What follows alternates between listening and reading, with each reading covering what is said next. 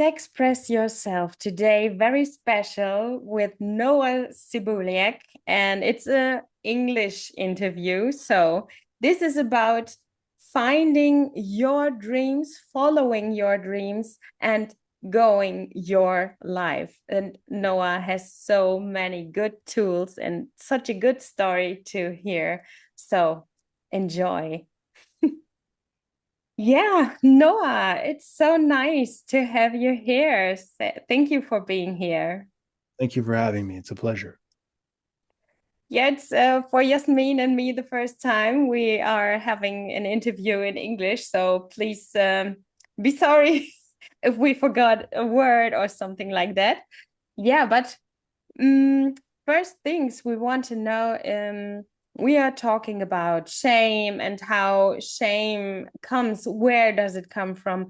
And are there any themes that you can remember, any things that you have had in your childhood, maybe, or something you can remember of what made you feel shame?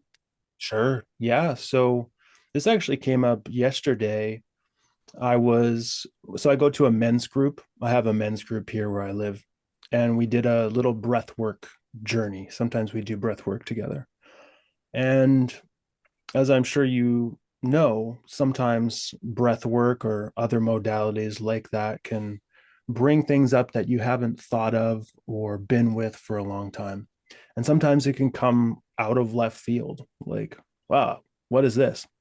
So, yesterday I actually had some shame come up in regards to my first sexual experiences. So, when I was younger, a younger man, I was initiated. I lost my virginity to a woman who was older than me, and I had a lot of shame come up in that moment because I felt inadequate. I felt inexperienced. I felt like this woman had a lot of power over me that I didn't. And it wasn't really because of anything that she did. She was just being herself in the moment. But it was surprising to me to feel that come up because that's obviously been many, many years. But to have that still be ingrained as part of my sexuality or part of it was humbling, fascinating. But through the journey, I was able to feel like I let go of that in a certain way that I hadn't yet before. So I think shame is, it's hard to get away from. We all have it. I think it's great that you two are talking about it because it really takes the taboo out of it and helps us to just lean toward it and face it and be like, well, if I brought some love, if I brought some compassion, if I brought some gentleness to myself, to my former self in this case, because I didn't know anything. Like, it's like having shame for not knowing how to drive a car the first time. It's a little silly in terms of sex and sexuality, but nevertheless, it still was there. It still came up for whatever reason. So compassion seems to be one of the things that has worked for me in regards to these types of instances. But yeah, that's just one that comes to mind immediately in answer to your question. Yeah, thank you. Do you have any questions of that, Jasmine, or? Yes, I hope if I understood it correctly, you said you didn't know the reason why this feeling was coming up yesterday.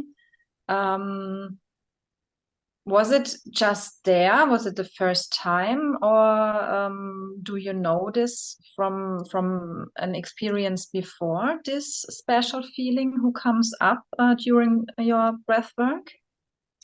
Well, I think because I've been really trying to somatically release in my pelvis area, like I hold tension there. I Mm. think many people hold tension just like right below the belly button, for example. I think a lot of us have tension there. So through my breath work, I've been attempting to just breathe very deeply, both in and out, to just kind of massage that area through the breath. Mm. I think that's also an area where shame can be carried. And I remembered during my experience yesterday that when I was having those initial sexual encounters, that whenever I was touched in that area specifically, I would feel like a real contraction and like a real, like, kind of pulling back feeling, which was, I kind of still don't know why exactly, other than, okay, there's tension there, or there's a response, a shutdown response to do what I can to release and to let go and to prove that it's safe to let go or to open. So, I mean, I had been aware to some degree, but I definitely hadn't been thinking about it. I haven't thought about those experiences regularly for a long, long time. So I feel like breath work and other modalities like it can really take the conscious mind or the ego mind offline and bring us back to things that are just in the body that we think had gone away, but they're just there. So don't know if that answers your question, but that's what happened. Mm. Thank you. Mhm. Yeah, I had some experiences like this. Not especially like this, but with breath work. So I know how deep it can go. Hmm. Um, I would like to ask another question. I think not so many people in Germany know you. So would you please talk about what you're doing? You said you have a man group and you're used to have breathwork sessions and something like that. What do you do in your life for yourself and for others? Totally. Yeah. So I have a business called Road Opener, and it is essentially my vessel, my container for inner work of all kinds. So I work one to one, I run workshops, I do groups, basically all around the concept of how can we achieve inner unity, because that's something that I struggled with a lot when I was younger. So everything that I do is basically for where I was at 10 years ago, 5 years ago, even. And so that comes down to the tools that I teach and that I learn and the information that I pull together for my people. So it's an inner work education initiative, I suppose. And I also am an artist. So I make music, I produce music with my wife, and she has quite a large following. So we do that together. And in terms of the men's work that I'm a part of, I co lead a group here on the West Coast that is a part of a larger network of guys. It's called ARCA Brotherhood, ARKA. And it's not just in Canada, it's in the United States, it's across the world, spread out. And it's really dedicated to bringing men together to become better men. And I've really been helped by it, by being a part of the organization over the past couple of years. So yeah, that's basically me in a nutshell. Wow, that sounds really great. You said it's around the world. So is there a chance for our German Mm-hmm. people to follow you, not especially you maybe, but your group, your worldwide group? Yeah, so I don't think we have any in-person groups in Germany, but there is a wing that is all online. And so if guys are interested in that work, they can go to arcabrotherhood.com. And I think there's always space in the online groups, or if there isn't, there's like a wait list and they just start a new online group.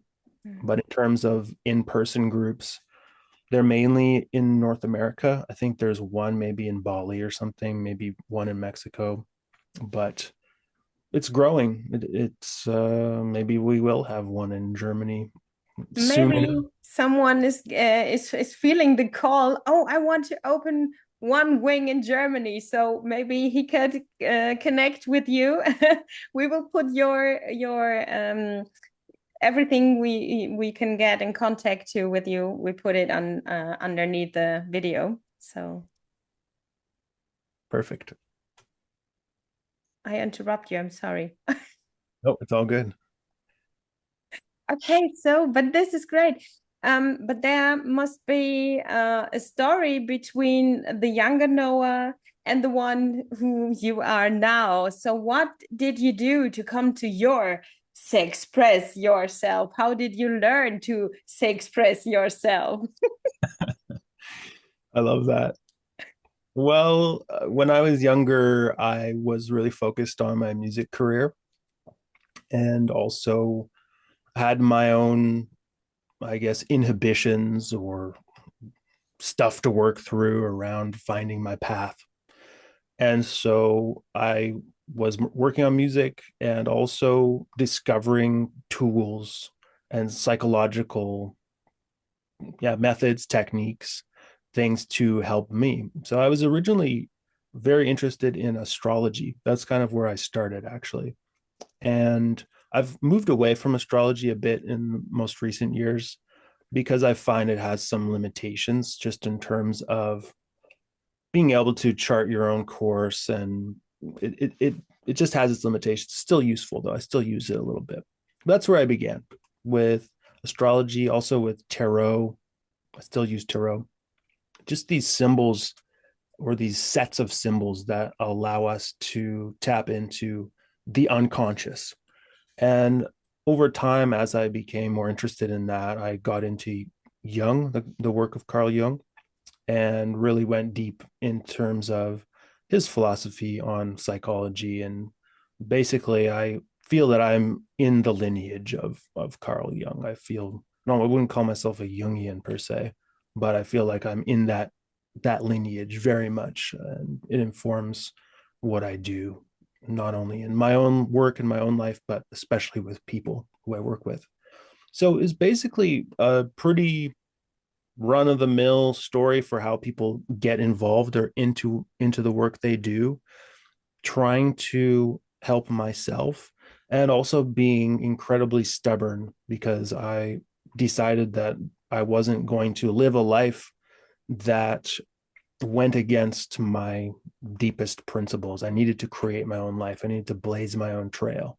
I needed it to actually feel fully unified from within. And I'm grateful to say that I actually am really starting to feel like I have gotten to that place now.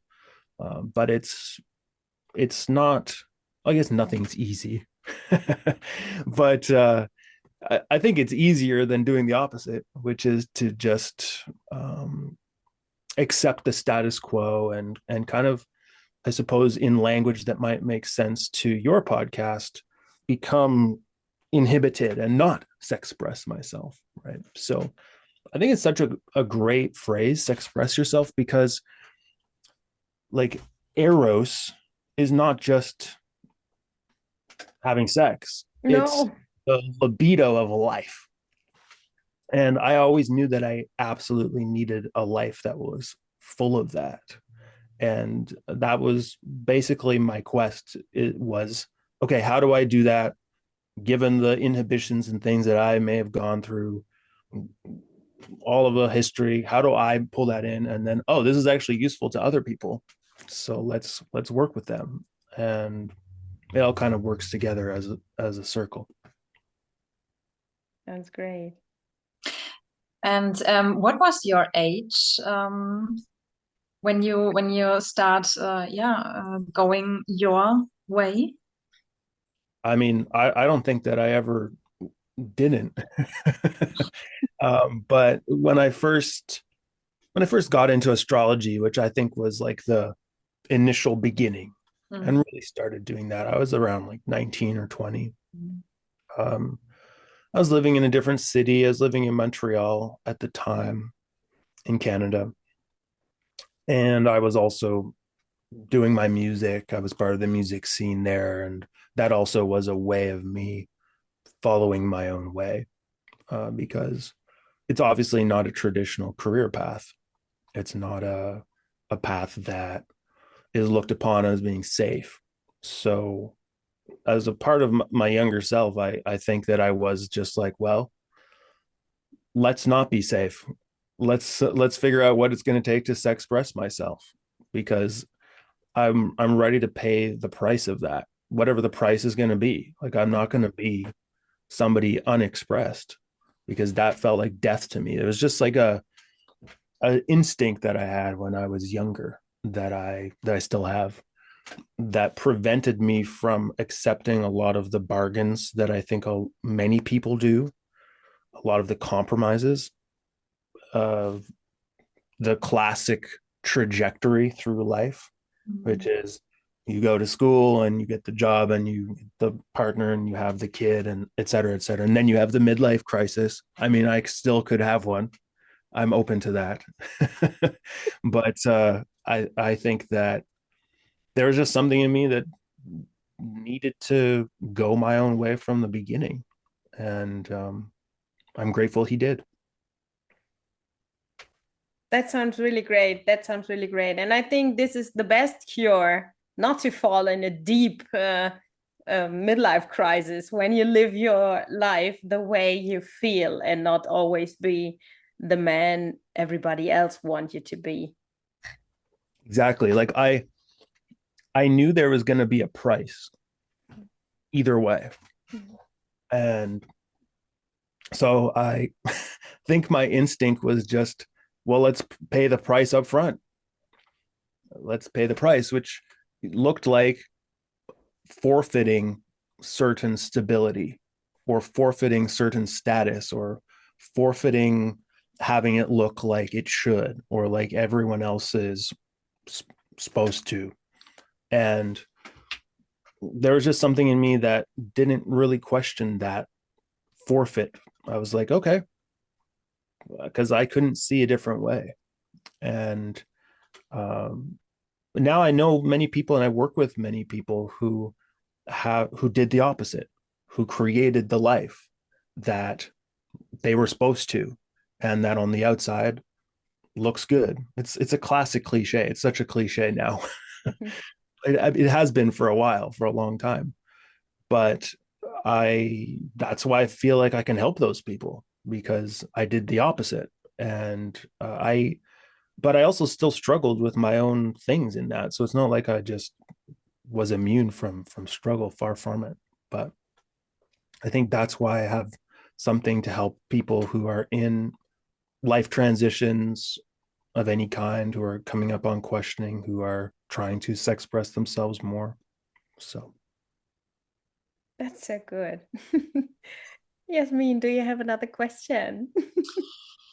Yeah, it was very interesting because I think, yeah, you were very young and have a lot of Mut. Was heißt Mut?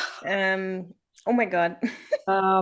Strength to Faith, faith. faith, yeah, to gain this experience, to go your own way and yeah, to follow your instinct, you said. I think, yeah, this is the truth inside us. So maybe, yeah, it's very important you can give the advice because of your own experience to other men. So yeah, you share it around the world. So this is very great. And yeah, just want to say thank you because yeah, it's very important for all of us. Yeah. totally. Yeah, so It's hard to hear one's voice. It's very hard to hear one's true, authentic voice these days. yeah. That is separate from the voice of the culture or the families or the peer groups that you might be a part of. And so being able to hear that voice and trust it and take action on it, I'm very passionate about that.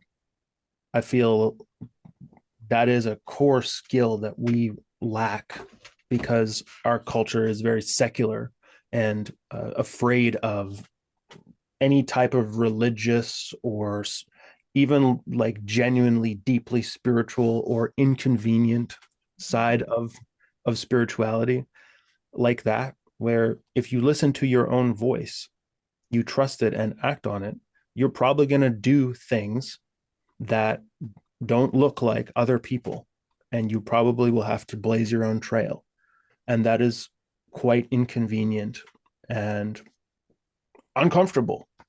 It doesn't bring security necessarily on the outside, at least at first.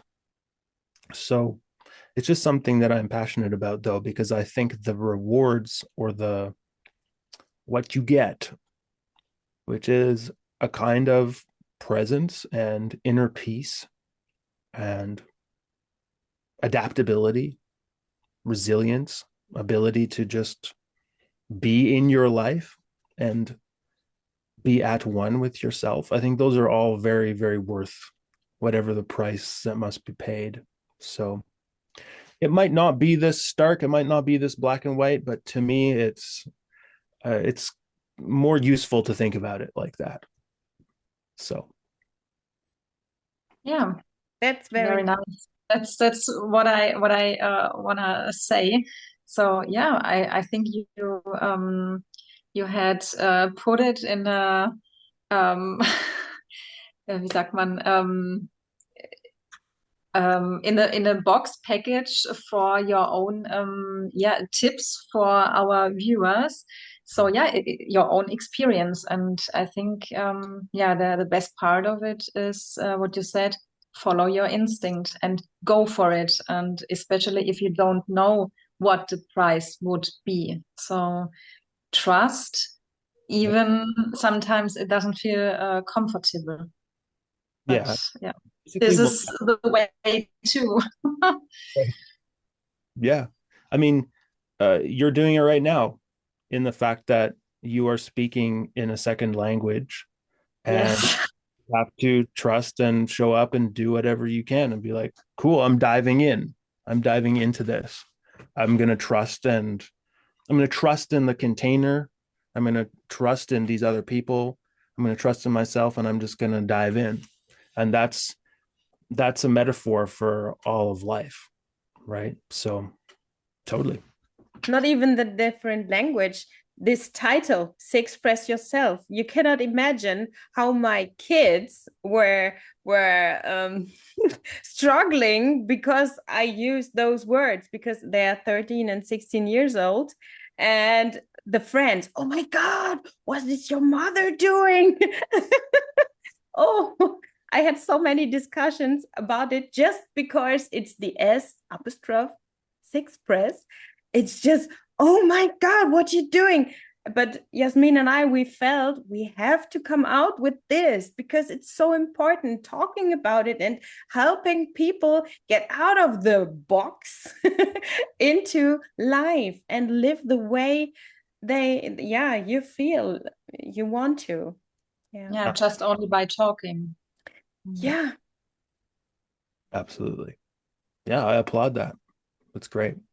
Thank you. Thank you. So you already had so good tools, but for the end, can you give some tools, just how to start finding your own way, how to start trusting your own feelings? Do you have any tools that you can share? Yeah, absolutely. The number one thing that I recommend everybody do is start keeping track of your dreams.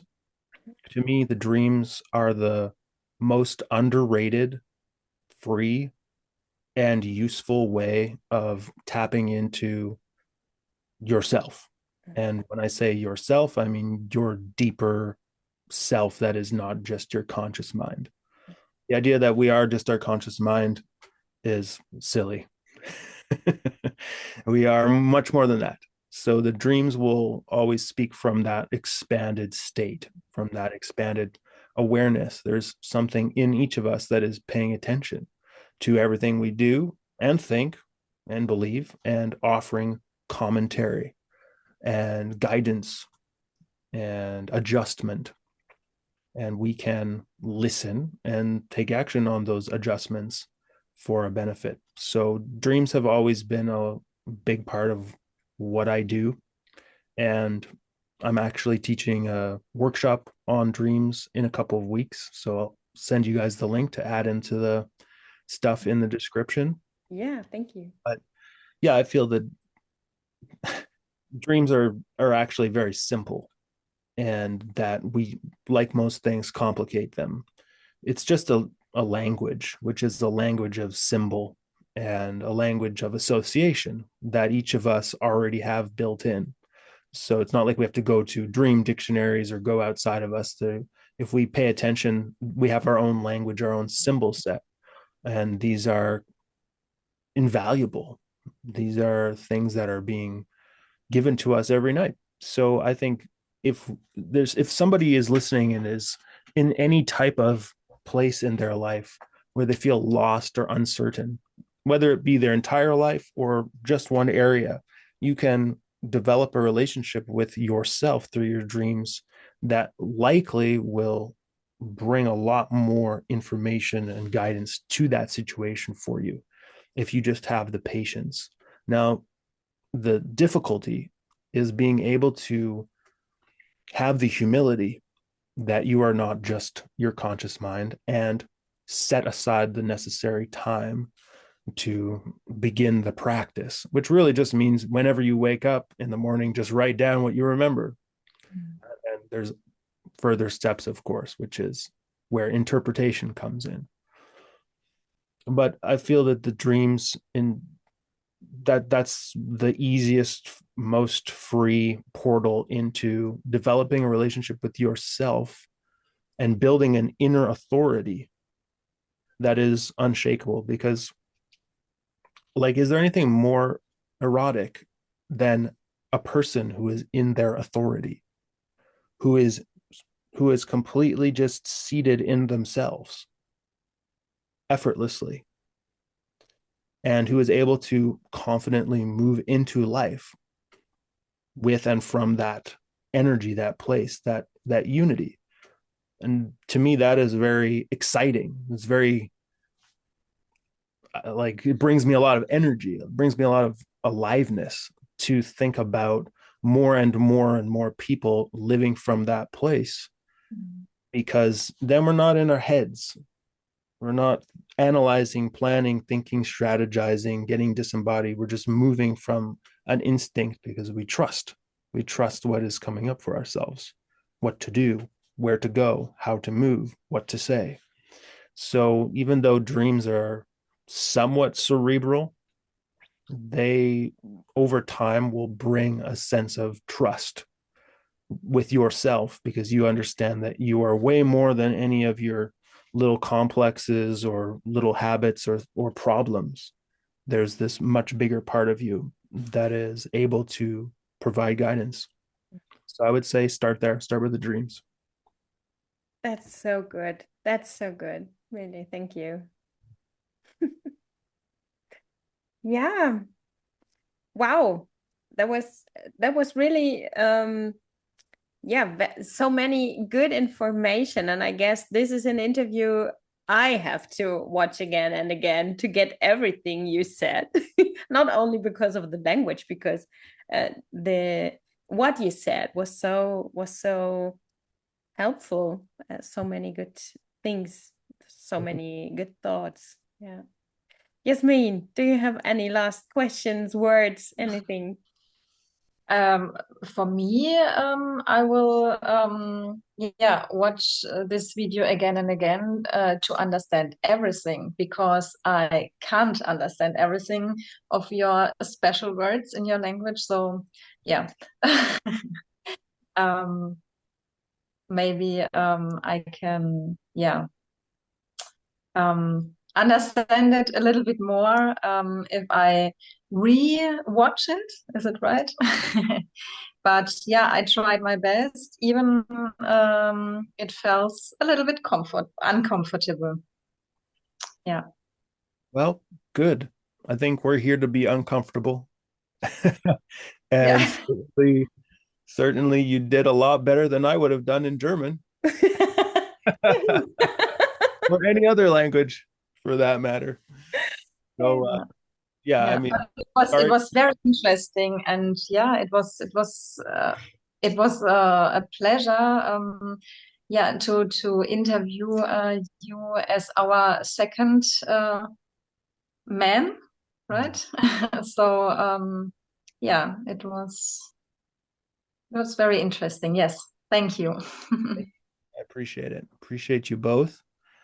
And yeah, one thing that I've found when I, like, even in English, don't get all of the stuff from an interview is I like to just read the transcript.